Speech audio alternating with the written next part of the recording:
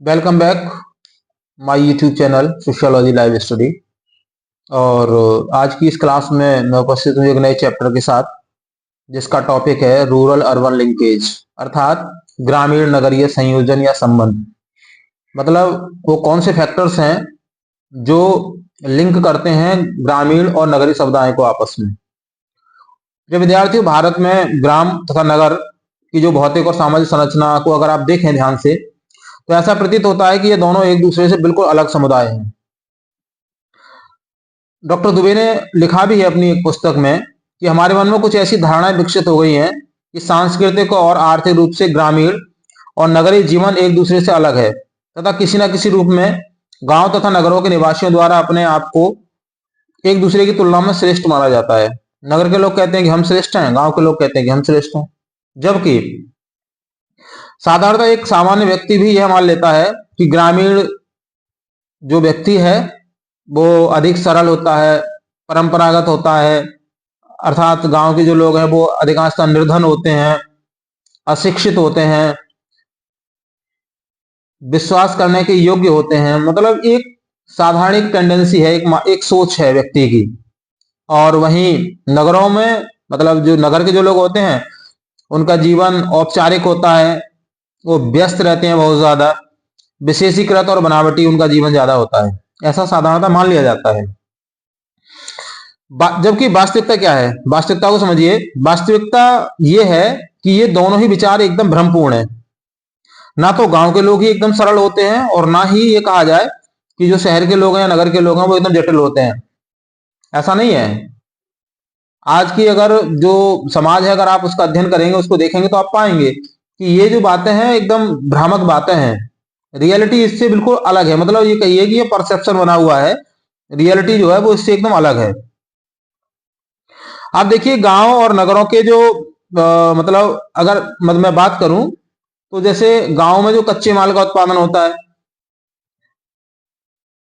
नगरों के लिए जो कच्चे माल की आपूर्ति की जाती है, नगर के उद्योगों में ग्रामीण श्रमिकों द्वारा किया जाने वाला कार्य, परिवहन और संचार की सुविधाएं, वर्तमान राजनीतिक संरचना, खेती का व्यापारीकरण तथा परंपरागत संस्थाओं जैसे जाति पंचायतों और जो जजमानी व्यवस्था है उसका विघटन, ये कुछ ऐसी मतलब लिंक्स हैं, ऐसी कड़ियां हैं जो गांव और नगर को आपस में जोड़ती हैं।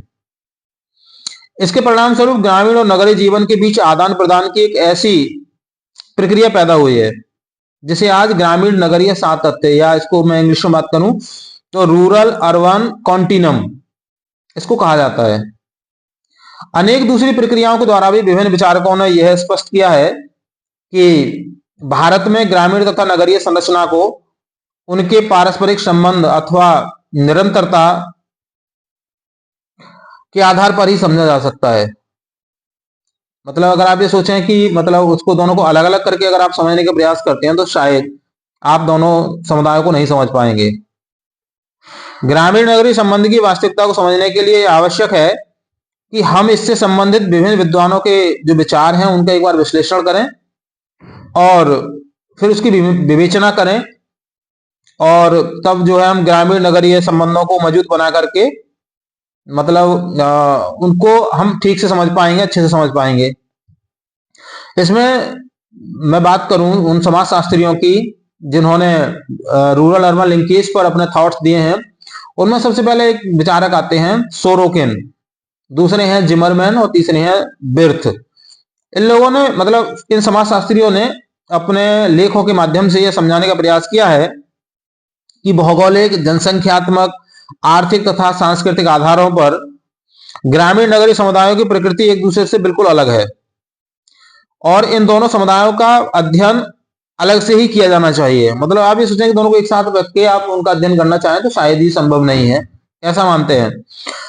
एक हॉजर समाजशास्त्री हुए हैं, उन्होंने बहुत मतलब विस्तार से जो है इस पर प्रकाश डाला है कि जिस तरह से पश्चिमी देशों में संजातीयता अथवा विभिन्न संस्कृतियों के आधार पर भिन्न भिन्न समुदायों का जीवन एक दूसरे से एकदम अलग है, उसी तरह ग्रामीण और नगरीय जीवन में भी एक बिल्कुल स्पष्ट भिन्नता आपको देखने के लिए मिलती है, जिसे उनके सामाजिक संगठन, सामाजिक संबंधों, परिवार व्यवस्था, संस्कृति, नियंत्रण की व्यवस्था, मनोवृत्तियों आर्थिक क्रियाओं इत्यादि के क्षेत्र में स्पष्ट रूप से आप उसको देख सकते हैं। एक समाजशास्त्री हुए हैं, इनका नाम है पाहल, PAHL, पाहल। पाहल ने स्पष्ट किया कि आज का जो दौर है उसमें अधिकांश समाजशास्त्री ग्रामीण और नगरीय जो लिंकेज है, सातत्य की है, उसकी जो अवधारणा है उसके द्वारा ये प्रमाणित करने का प्रयत्न करते हैं कि गांव और नगर के बीच आदान प्रदान की प्रक्रिया बढ़ने के कारण उनकी परंपरागत भिन्नताएं कम होती जा रही हैं, है ना। इसके बाद भी अगर हम देखें तो अनेक विद्वान ग्रामीण नगरीय संबंधों को कारण नगरीकरण की प्रक्रिया को मानते हैं। पाहल जो समाजशास्त्री हैं वो इन विचारों को महत्व नहीं देते। वो कहते हैं कि नहीं ऐसी बात नहीं है। इसमें जब भी किसी भी समाज में परिवर्तन होता है तो इस परिवर्तन का संबंध वहां की भौतिक दशाओं और आजीविका उपार्जित करने के तरीकों को उतना प्रभावित नहीं करता जितना कि सामाजिक संरचना और पारस्परिक आपसी संबंधों को प्रभावित करता है। अगर मैं पाहल के विचारों के आधार पर मैं बात करूं तो जो हम भारतीय समाज का विश्लेषण अगर हम करते हैं इनके पाहल के जो थॉट्स हैं उनके अनुसार, तो ये बिल्कुल स्पष्ट हो जाता है कि यहां सामाजिक परिवर्तन ने ग्रामीण सामाजिक संरचना को उतना ही प्रभावित किया है जितना कि नगरीय सामाजिक संरचना को।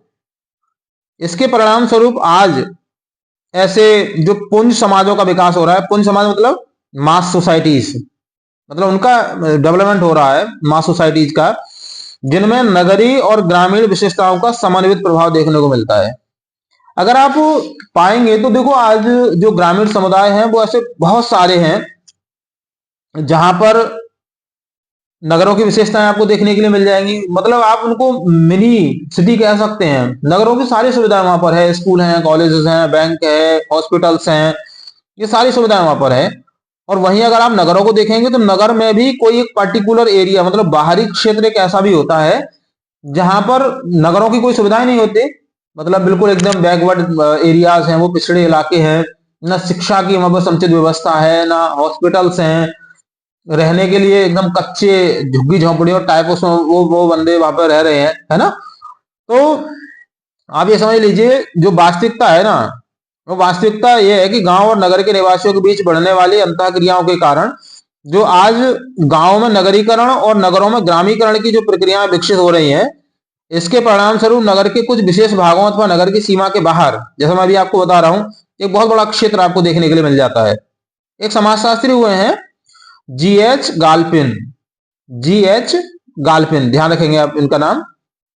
तो उन्होंने एक नई प्रक्रिया का उल्लेख किया है और उन्होंने उसको नाम दिया है ग्राम नगरीकरण, रूरबनाइजेशन। वो कहते हैं गांव अथवा नगर या इनसे मिले हुए उन क्षेत्रों में नगर और गांव की विशेषताओं का मिला जुला रूप देखने को मिल जाता है। उस क्षेत्र के लिए गाल्पिन ने ग्राम्य नगर शब्द का इस्तेमाल किया है, ग्राम्य नगर। तो कभी आपको कंपटीशन में ये प्रश्न आ जाता है कि ग्राम नगर की जो अवधारणा है वो किसने दी है, तो आप ध्यान रखेंगे GH गाल्पिन ने, है ना। तो ये ग्राम नगर ग्रामीण नगरीय संबंध का सबसे बड़ा स्रोत कहिए और या उसका एक उदाहरण ये हो सकता है। तो ग्राम नगर का जो कंसेप्ट है ना वो यही है, गांव में नगरों की सुविधाएं मिलती है, नगरों में आपको गांव ही देखने के लिए मिल जाते हैं। तो प्रिय विद्यार्थियों, आज की क्लास में बस इतना ही। कोई क्वेरी अगर आपकी है रूरल अर्बन लिंकेज से संबंधित तो आप मुझे कमेंट बॉक्स में बता सकते हैं। अगली क्लास में मैं उसको विस्तार से बात करेंगे, ठीक है। सो जुड़ने के लिए थैंक यू, मिलते हैं अगली क्लास में। जय हिंद।